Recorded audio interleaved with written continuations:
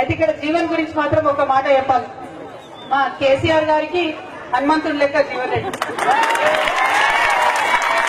చాలా అంటే చాలా ప్రేమ ఇద్దరికి. ఎంత ప్రేమ అంటే జీవన్ రెడ్డి గారు లేకపోయినా కూడా ఏదైనా మీటింగ్ లా మొన్ననే రోడ్ల గురించి మీటింగ్ జరుగుతారు. అక్కడ మంత్రి గారు కేటీ రామారావు గారు, పోచారం శ్రీనివాసరెడ్డి గారు ఇద్దరు ఉన్నారు.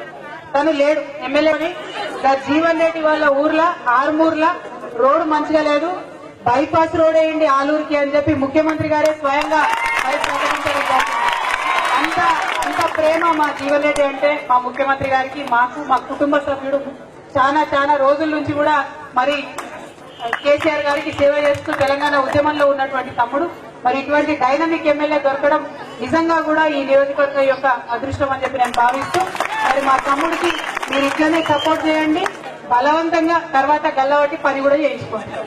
పని చేయించుకోవద్దని అంటలేను, బాధ్యత కూడా ఉంటది. అట్లనే సపోర్ట్ కూడా చేయండి. Thank you. జై తెలంగాణ. ఒక మాట మీరు చెప్పంగా ఆలూరు మండలం అన్నారు, అవతల గుర్రు మీద ఉన్నారు. ఇప్పుడు ఆర్మూర్ సైడ్ అయితే ఏం చేసినట్టే మొన్న మీకు మీ సంతకం పెట్టుకొని పెట్టినాక 51,000 ఆర్మూర్ రూరల్ ఒకటి కావాలన్నాక తర్వాత ఆలూరు కావాలన్నది మీకు కూడా ఆలూరు అంటే ప్రేమ. నేను చెప్పక ముందు ఆలూరుని డిక్లేర్ చేసి సీక్రెట్ ఇప్పుడు చెప్తున్నా. మనం అడ్డంగా మాట్లాడాలి. ఆ ఊరిలో 1000 మెజారిటీ ఇచ్చారు.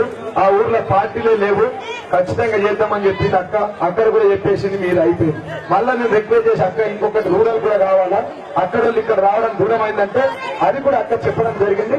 ఖచ్చితంగా చేస్తాం. ఆ రెండు కూడా ప్రభుత్వం దృష్టికి వెళ్ళిన నిన్న కూడా మనం సబ్ కంపెనీ ఇచ్చిన అక్క పేపర్లో కూడా వచ్చింది, మీ పేరు కూడా పెట్టి రాశారు. అది ఎందుకంటే మళ్ళీ అది పంచాయతీ పెట్టి రాని దుర్గాస్తారు అక్కడ నుంచి పలువురు నిన్ను ఉన్నారు కొంతమంది. అట్లా అట్లేముండదు. ఎక్కడ రీజనబుల్ గా అవసరం ఉంటే అక్కడ చేసుకుంటా పోతాం. మీరు స్టడీ చేసింది కాబట్టి సడన్లీ ఆర్మూర్ రూరల్ ఒక మండలం, ఆలూరు ఒక మండలం.